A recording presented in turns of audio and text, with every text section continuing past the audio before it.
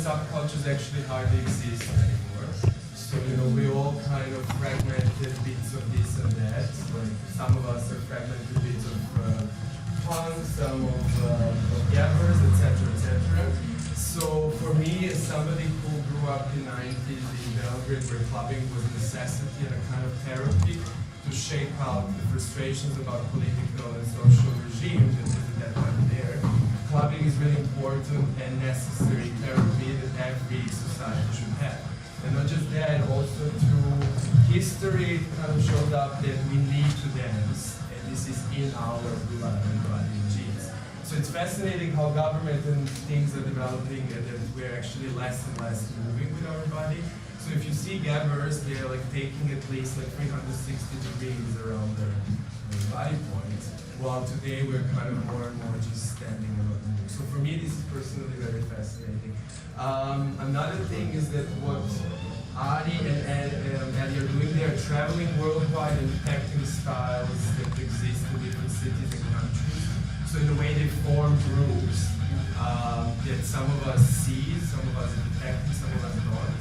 And those groups are gathered in a publication that is behind you. We actually have only 5 last books here, so who is really willing to have one and take care of the last 5 books that are behind you. So what they do, they kind of create a catalog of different postures, different attitudes, and different styles. And they number them, and they describe them, and they name them.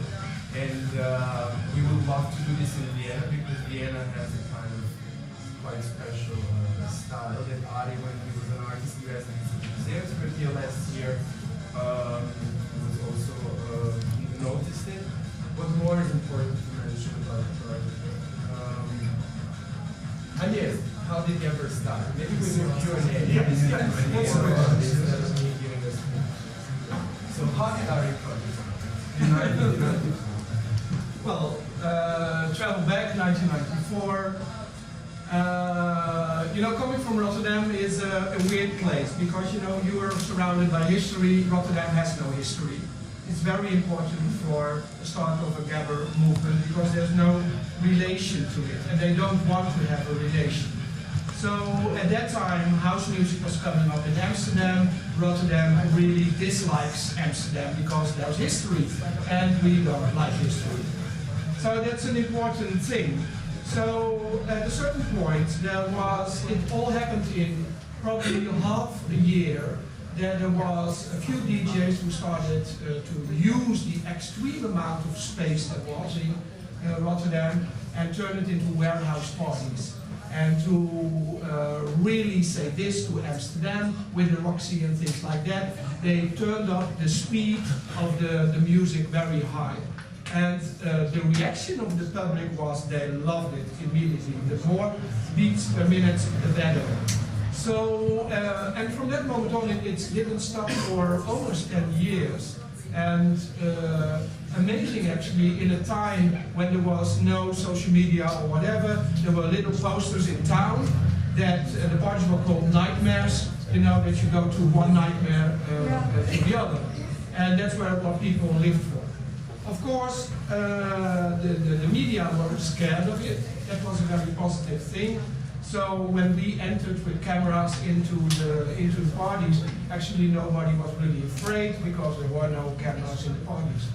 And but the thing was that we didn't want to shoot it in parties because everybody was wasted to the max. And we wanted to get them into a studio, to have the encounter, to talk to them, and to make finally a portrait like this, with a Hasselblad big, and so really like a documenting thing. And then we we had 3 guys shot actually for a commercial job, and then we couldn't recognize them, you know, like, and in a funny moment we thought, okay, let's go to the parties and hunt for more. So we did a few hundreds of them. A few of them, or the most of them, are totally out of focus and moving and whatever because they can't keep still, and they don't want to keep still. That's very good what you said about taking that space. They love nervous energy.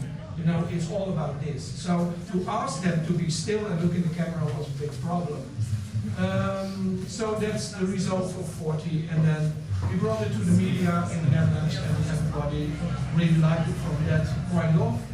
So we thought of a second series, and then of course the Gabber bitches were there. Actually they should be here, but they're not there. And then other things happened, and from that a whole bouquet and whole urban of 20 years of style detecting, or identity detecting, or meeting, or I don't know how to call it. Maybe it's important to mention that the first book did not have anything, it was a blank page. Yeah, yeah. It was a blank 12, just 12 empty squares. And the funny thing is that the empty squares were actually chromes. So there were the backgrounds without the people, and the background always differs a little bit. So that work suddenly now becomes very in frage, because it has no people on it, but it has the same formula. But then we noticed that to have something on the cover is important, and actually I don't like change, so we kept the Gabbers on the cover for, I don't know, from 1996 on. In the exhibition you also have archive footage that was kind of edited in a short document in 1995, and the footage where Gabbers are dancing in white space is actually something that I and Ellie started. Which is really important to see is that there are quite some artists who after that started working with this kind of imagery of seeing a person in the light studio in front of the light dancing, and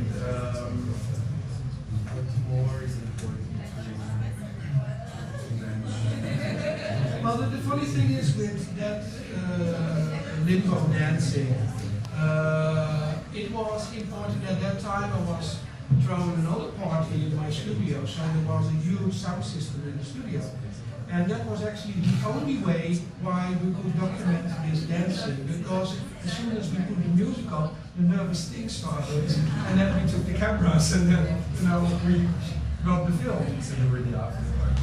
In a sense, you were the after party, but it's incredible to, in retrospective, to see how immediately the music went into dancing. Not into waiting, but as soon as you were bam, bam, bam, people were like moving. Yeah. Would you say that these kind of artists or this kind of subculture were they able to exist because they had found a lot of chemical drugs or extremely a lot of chemical drugs? Yeah, Would you say it's different? Because I think that's no joke, like most of us here have so would you say that sometimes, would you say, is there a difference in the amount of costs we're still being, or did the society frame in which we were dancing back then? Because Berlin is packed with drugs, but still people do not make space as it is. So somehow they're expressing something very different than the bodies there. yeah, it was enormous, the amount of drugs.